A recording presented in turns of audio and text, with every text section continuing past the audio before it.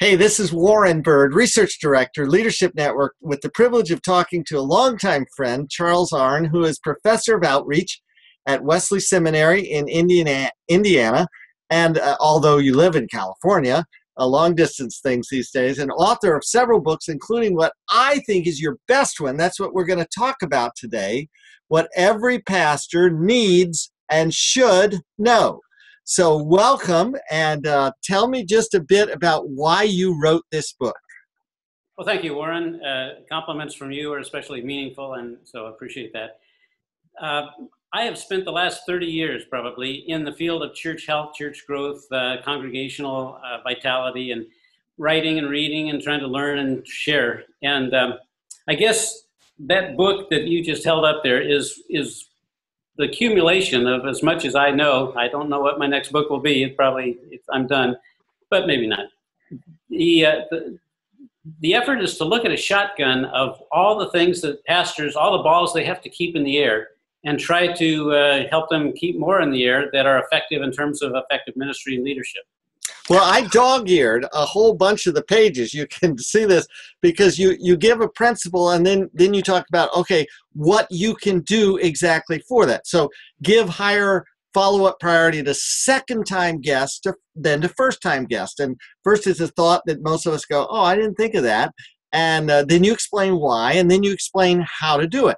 Or another principle, newcomers must have 7+ friends in the church within their first 6 months in order to be fully assimilated. Well, that makes sense, but you unpack how to get that. Or 1 in every 5 groups in your church should be less than 2 years old. Or approximately 75% of your congregation should participate in a short-term missions trip in the next 5 years. Or a growing church needs 1 leader apprentice for every existing leader in the church. And I could go on and on, but let me name one more and then let's talk about that one. 100% of new members should have a sponsor.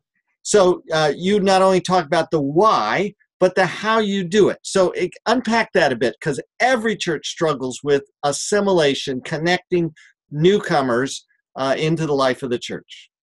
Well, thank you, Warren. You picked up, I noticed, a number of rules, as we call them, from the assimilation chapter. We actually have, I think there's 14 or 15 different chapters on the various ministry areas of the church. But as you rightly say, assimilating newcomers, outsiders, to become insiders is one of the challenges every church faces. The typical church will keep only about 9% of their first-time visitors on an average year. And so we're only keeping 1 out of 10. We can do much more than that. And one of the examples you mentioned there about sponsors, I learned personally from my own experience. I joined a church, it's been 25 years ago here in Pasadena, the first church we moved into. And when I officially joined that church, I was asked to come up with a group of 5 other people that were also new members. And then 5 sponsors came up and stood behind us. I was not even aware that that was going to happen. But I thought, what a great idea. I have someone to hold on to, a hand to hold, that knows the church and knows the people and can be a bridge for me into the relationships that I was so longing for in terms of a new member. So I just think it's a simple yet powerful idea any church could identify and plan on. So let's talk about pastors leading growth and kind of the balance of the organization and the organism as to why you wrote the book and how it will help the pastor. You made a great distinction there, just not to let that go by, but to dwell on it just a moment. In my experience, and you're aware of this too, a healthy church is healthy in 2 areas. One is you call it the organism, the spiritual life of the church, the love, the caring, the forgiveness, the prayer, the worship. Every healthy church needs to be healthy in that area. But it's also true that in addition to the health of an organism, the church needs to be a healthy organization. And these are such things as the delegation, the business meetings, the budgets, the things that just take time and take energy, but need to be healthy in order to work. And fascinating to me is that most pastors, when they're called by God to the mission of the church, are called to the spiritual, the organism part of the church. If they were called to the organization, they'd probably get an MBA and run a business. And so when there's a mismatch in a healthy church, it's more often in the organizational part than it is in the organism. As a result, what we tried to do in this book was to simplify some of the organizational issues that many times pastors don't know or aren't taught in the seminary, that without a great deal of effort can be itemized. We can turn them into a rule or a ratio, or there's actually 101, as we call it, rules of thumb. And so I think in terms of that area, this book is most likely to be effective in balancing the need for a healthy organization and giving pastors and lay leaders and board members insights into running an effective organization that they might not have known intuitively. Let me ask it another way. Today's era is one of great awareness of the missional side of the church, where we've done attractional far better than we've done missional.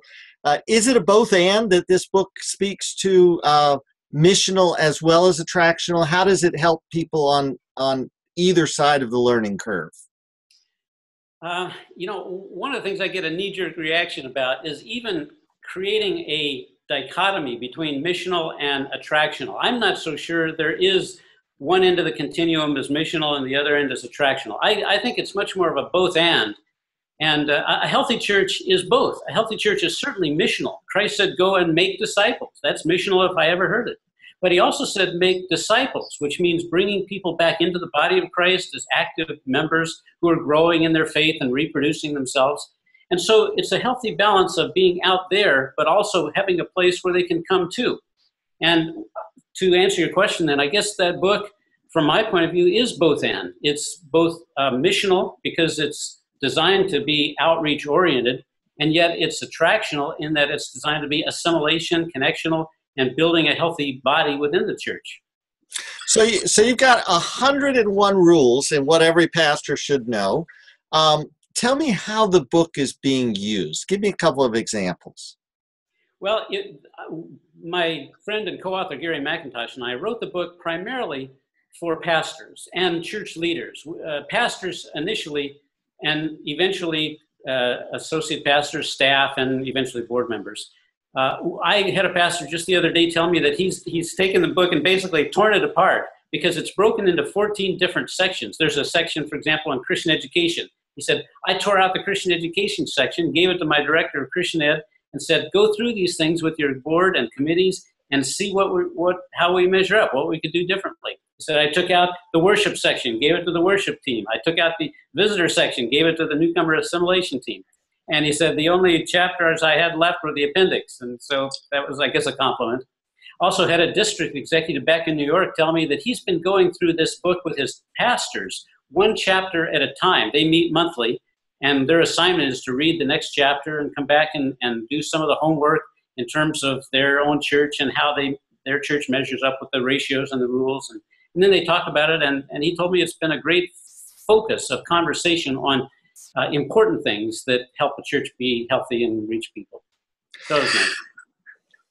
As someone who's co-authored or authored 26 books, I read a lot and love to read, and I get a lot of books from people, and I kind of sort them into three different piles. Some are, I can flip through this really quickly and get the gist of it, and I've profited something, and then I tend to pass it on. Others, I read a little more slowly, and a very, very few make it to the nightstand, or it's summertime as we're recording this, into my, you've been to the beach with me several times, because I really wanted to read it carefully and thoughtfully. And it's that level of book, and you've got endorsements on the back that say, every pastor should read this book, well-researched, comprehensive, specific, practical, from some names that most will respect. So I'm shamelessly promoting this book, and as people order it from Amazon or Barnes & Noble, if they want to get to know a bit more of you, they can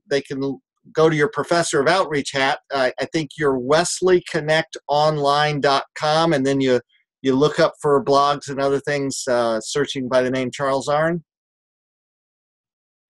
That would do it, I guess. I don't usually read my own stuff. It's a little too embarrassing, but I just, to pat you on the back a little, and I know this isn't part of it, but yeah, that's not in the script. One of the things I like about your 20-odd books is that they're very much like a rifle shot. You have some great handles and get in-depth on a lot of important issues that pastors look at.